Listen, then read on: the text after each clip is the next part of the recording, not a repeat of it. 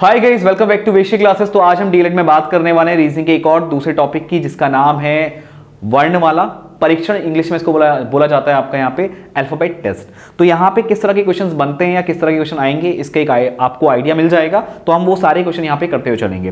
तो आप देख सकते हैं यहाँ पे जो आपका पहला क्वेश्चन है वो आपको बोला गया है, नीचे दिए गए प्रत्येक प्रश्न में शब्दों को शब्दकोश के अनुसार सजाइए तथा उस शब्द को ज्ञात कीजिए जो शब्दकोश में सबसे पहले आएगा। तो चार ऑप्शन आपके यहाँ पे, एक hotel, hostel, hostage and house. तो आप देख सकते हैं और आपको डिक्शनरी के अकॉर्डिंग इसको सजाना है। तो एक चीज यहाँ पे नोटिस कीजिएगा, अगर मैं यहाँ पे बात करूं तो देखिए ये आपका यहाँ पे होटल है, हॉस्टल है, हॉस्टेज है और हाउस है। तो एचओ तो सब में कॉमन आ रहे हैं और आपको देखना है कि उसके बाद जो तीसरा है यहाँ पे टी है, यहाँ पे एस है, यहाँ पे एस है और यहाँ पे यू है। तो हमको पता है कि टी एस यू में सबसे पहले आपका क्या आएगा, आपका आएगा एस, फिर टी, फिर यू। तो सीधी सी बात है, आपका जो पहला आना चाहिए वो या तो बी ऑप्शन से होना चाहिए या फिर सी ऑप्शन से होना चाहिए। अब इसको थोड़ा सा हमें और देखना है ढंग से। अब यहाँ पे एस है और यहाँ पे एस है, दोनों में एच ओ एस है, सेम हो गया। अब इसके बाद यहाँ पे टी है और इसका भी टी है। तो होस्ट यानी देख सकते हो, होस्ट तो सब में कॉमन है, चार लेटर दोनों के कॉमन है। तो इसके बाद यहाँ देखेंगे ई आर है और यहां देखेंगे ए आर है। तो ई और ए में डिक्शनरी में जो सबसे पहले आते हैं वो ए आता है, तो आपको कहां पे मिल रहा है, ऑप्शन सी में मिल रहा है। यानी उसका जो राइट आंसर होगा वो होगा हॉस्टेज। आई होप आपको समझ में आया होगा। आगे बढ़ते हैं और नेक्स्ट वाले क्वेश्चन की बात करते हैं। अब नेक्स्ट वाले क्वेश्चन में वही चीज, सेम चीज आपको करनी है। नीचे दिए गए प्रत्येक प्रश्न में शब्दों को शब्दकोश के अनुसार सजाइए तथा उस शब्द को ज्ञात कीजिए जो शब्दकोश में दूसरे स्थान पर आएगा। पहले वाले में पहले में पूछा था और यहाँ पे जो दूसरे स्थान पे आएगा वो आपसे पूछा है। तो क्या करेंगे आप, देखो P L P L P L P L सब में, या बल्कि ए भी सब में कॉमन है, P L A P L A P L A P L A. अब इसमें तो आप नहीं ढूंढ पाएंगे, तीन स्टार्टिंग की सबके सेम है। तो उसके बाद चेक कीजिए, यहाँ पे एन है, यहाँ पे आई है, यहाँ पे सी है और यहाँ पे वाई है। करेक्ट। तो आप देखिए एन आई सी वाई, जो सबसे पहले आएगा वो क्या आएगा, प्लेस, यानी सी वाला पहले आएगा। बट पूछा क्या है, जो शब्दकोश में आप जब लगाएंगे तो जो दूसरे स्थान पर आएगा, तो प्लेस तो नहीं होएगा। उसके बाद चेक कीजिए क्या आएगा, एन आई और वाई में जो पहले आता है आपका वो आएगा आई, यानी जिसका राइट आंसर होगा वो आएगा ऑप्शन बी। तो ऑप्शन बी क्या है, इसका करेक्ट आंसर है। आगे बढ़ते हैं और नेक्स्ट वाले क्वेश्चन की बात करते हैं। इन द सेम वे वही आपसे पूछा है, आप इसमें पूछा है कि जो शब्दकोश में अंतिम स्थान पर आएगा। अब इसमें अंतिम वाला आपको बताना है। तो देखिए एच ए, यहाँ पे एच के बाद ए है,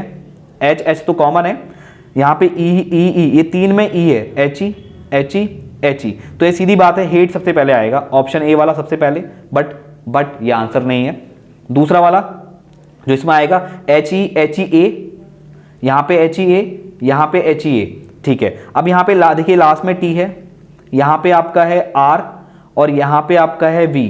तो टी आर वी में जो सबसे पहले आपका आएगा वो आएगा आर वाला, राइट। तो आर वाला जो आपका है वो सेकंड वाले प्लेस पे आएगा, यानी सी, यानी ए के बाद जो आपका सेकंड प्लेस पे आएगा वो सी आएगा। अब उसके बाद यहाँ पे वी और टी में देखिए, वी और टी में आपको पता है कि पहले टी आता है, तो यहाँ पे उसके बाद बी आएगा और लास्ट में आपका क्या आएगा, डी आएगा। उसने पूछा जो अंतिम स्थान पर आएगा, तो क्या बन रहा है आपका, हैवी बन रहा है, जो कि ऑप्शन डी है। तो ऑप्शन डी क्या हो जाएगा, आपका करेक्ट आंसर हो जाएगा, जो थर्ड वाला है। ओके, अब आगे बढ़ते हैं और नेक्स्ट वाले क्वेश्चन की बात करते हैं।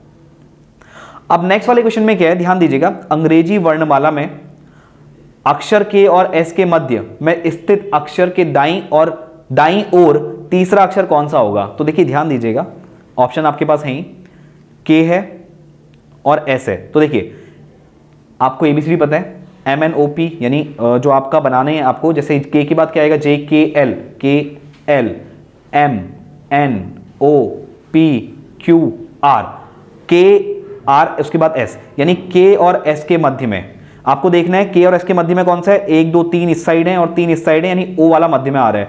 तो उसके दाईं ओर मतलब आपको आगे बढ़ना है। तो दाईं ओर जब आप आ जाएंगे तो पी क्यू आर, तीसरा दाईं ओर कौन सा पूछा, तीसरा, तो पी क्यू आर, तीसरा क्या है आपका, आर है। तो आर आपका सही आंसर हो गया, यानी ऑप्शन बी क्या हो जाएगा, आपका करेक्ट आंसर हो जाएगा। करेक्ट। आगे बढ़ते हैं और नेक्स्ट वाले क्वेश्चन की बात करते हैं।